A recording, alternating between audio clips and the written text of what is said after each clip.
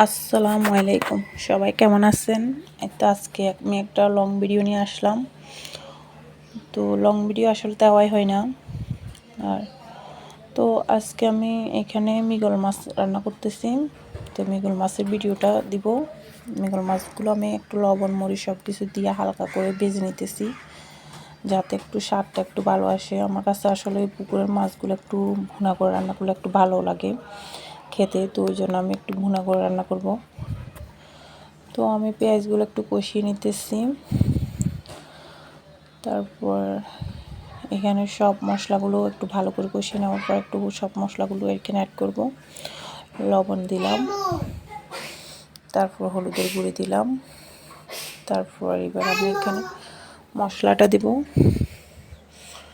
তারপর এখানে আমি মশলাটা দিলাম, তারপর হচ্ছে মরিচের গুঁড়া দিব। এবার দেওয়ার পর আমি ভালো করে এটা একটু কষিয়ে নেব। তো আমি নাড়াচাড়া করে একটু পানি দেব সামান্য পরিমাণ, যাতে করে মশলাটা একটু ভালো করে কষিয়ে যায়। তো এখানে আমি একটু সামান্য করে একটু পানি দিলাম। তো পানি দেওয়ার পরে তো আমি কষিয়ে নিলাম।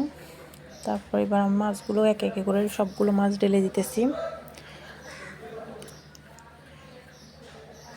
আসলে পুকুরের মাছগুলো খেতে অন্যরকম মজা। মাছগুলো আমার শাশুড়ি আনছিল, আমাদের বাড়ির পুকুরের মাছ। তো মাছ অনেক বেশি, আসলে বাচ্চারা খেতেই চাইতেছে না। মাছ রান্না করলে হইলে কি আমি খাই আর এদের আব্বু খায়, এরা খাইতে চায় না। তো আবার এরা মাংস ছাড়া মাছ টাছ এগুলো কাঁটা, তাই খেতে চায় না। তো তাই আবার এগুলো রান্না করার কিছুদিন হইতেছে না। তো এখন আবার ভাবলাম রান্না করি আজকে, ওদেরকে ডিম দিয়ে দেবো। তো এই তো আমি মাছগুলো এবার উল্টে দেবো। মশলাগুলো যাতে ভালো করে কষিয়ে যায় ভিতরে ঢুকে, ওই জন্য আমি একটু উল্টে দিতেছি। তো আবার কিছুক্ষণ কষিয়ে নেব, ডেকে দেবো এখন।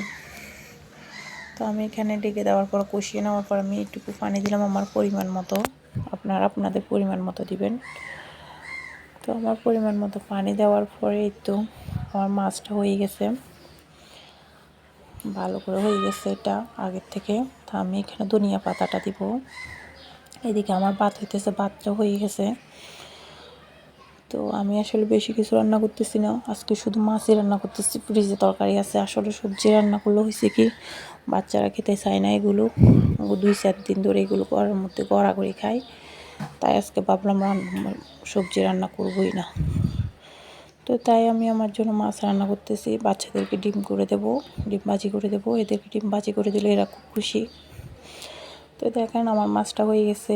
কেমন হইলো, ভালো লাগলে প্লিজ পুরো ভিডিওটা দেখে কমেন্ট করবেন। ভালো না লাগবে স্কিপ করতে পারবেন আমার ভিডিওটা। তো আল্লাহ হাফেজ।